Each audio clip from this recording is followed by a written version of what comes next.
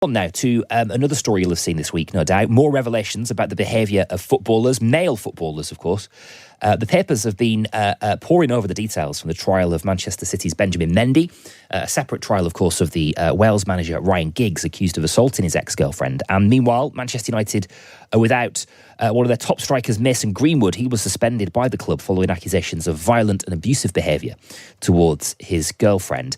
The list goes on, doesn't it? This season, following a campaign by women's rights campaigners, the Premier League has begun mandatory sexual consent training sessions at the clubs as a first step, they describe it, to improving behaviour. The Football League is also now coming under pressure to follow suit. Well, Matt Himsworth is a lawyer and director at B5 Consultancy, which provides talks and training sessions on a variety of topics like this. He joins us on Times Radio this afternoon. Matt, hi.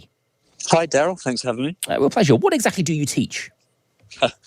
We teach respect. As you say, there's a wide variety of what we talk about. My job has been for over 20 years now as a media lawyer. So a big part of what I do is deal with newspapers and negative media that comes up. And of course, quite often negative media comes up as a result of poor quality behaviour. So we talk to young players, both male and female now, I'm pleased to say, about safe behaviours online, things to do to protect themselves, but also those around them. So, we'll talk about social media, WhatsApp, Snapchat, etc. But obviously, it's not too far away from relationships and sexual communications where things can go terribly, both for the young man or woman or the person they're interacting with.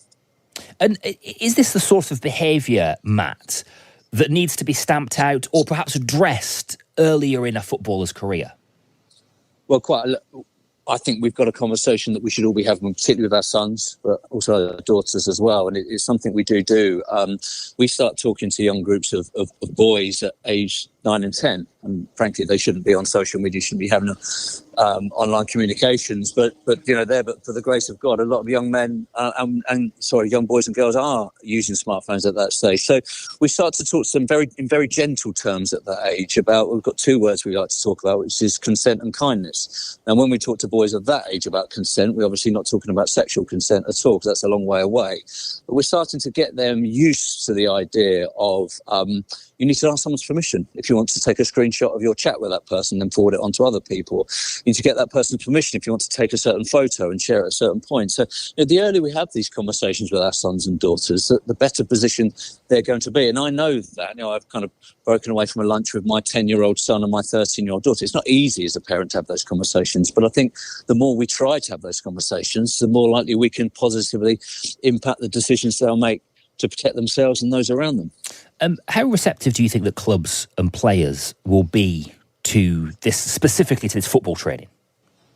Look, in my experience, very much so. And I guess I would say that because I've been doing this work. But, with my colleague Fraser Franks, who's an ex-player himself, we did a session with a first-team squad on Monday, Premier League first-team squad, and the reception was fabulous. In fact, Fraser is much more interested than me, so a lot of the boys started following him on Instagram, sent him direct messages to commend him for the messages we got out there. Fraser was there talking about kind of a negative escapes. Fraser played League Two football largely. He's a fine young man. He obviously didn't reach the standards that the Premier League players that he was talking to did, but he lived a similar kind of life to them. He was surrounded by these macho environments and the high-octane environments and the pressures, and he actually had his career taken away from him at the age of 28 with a heart condition similar to Christian Eriksen. He turned to alcohol after that. So, we kind of get these positive messages across to them, and we find that we try to talk to young men and women in a language that they understand, and we try not to shirk the ugly subjects. We will mention pornography. We'll talk about pornography. We'll talk about the things that they see, and that we'd love that they walked away from our talks and didn't use pornography at all. But what we are trying to get across to them is that do not blur those lines, because what young men and women are seeing on their tablets, on their phones at the moment worries me greatly. You talked there, Matt, about the sort of macho environment. How much of this problem, specifically in football, of course, is down to toxic dressing room environments? I think we've got a problem in society at the moment. I touched on pornography there. I think it's a big problem in our society.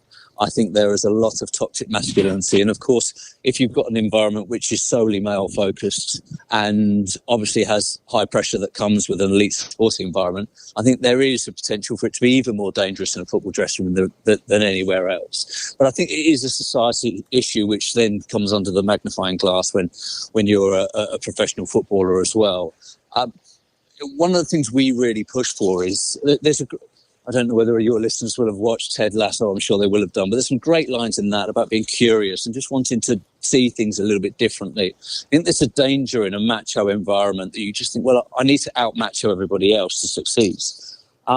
And football's turning the corner, you know. You look at people like Jordan Henderson and Marcus Rashford that like to do things a little bit differently or like their public perceptions to be a bit different.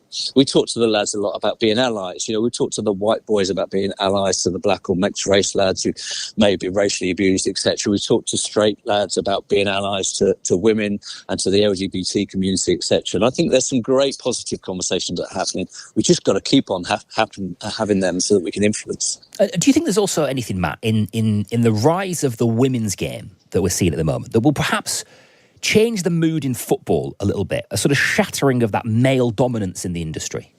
Yes, I think you absolutely hit the nail on the head.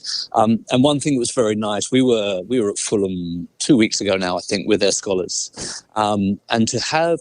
We talk a lot about positive male role models, but the more positive female role models I think young men have, the better. So we're at Fulham with their scholars, a group of 17, 18-year-old boys, still a macho environment. And there were 3 members of staff there, all of whom were women. And for those boys to see a professional female role model around them, it makes them start thinking about, what is a woman to me? It's not just a mother or somebody to chase for sexual communications, etc. So those kind of positive, different views of women, which, you know, they are everywhere, but up until recently, you had to go looking for them. Now that they are, you know, there's a lot of, I don't want to say disparaging. There are a lot of men out there that think it's terrible that women's football is thrust upon us. You can probably tell by my tone, I don't believe that. I think it's really, really positive. And it is creating a much more positive environment for these young men coming through. Okay, good stuff, Matt. Really nice to talk to you this afternoon. Thank you for your time. Thank you, Matt. Matt Himsworth, get back to your lunch with your kids. Sounds like a lovely way to spend your Sunday afternoon. Matt Himsworth is a lawyer and director at B5 Consultancy, providing that training for footballers.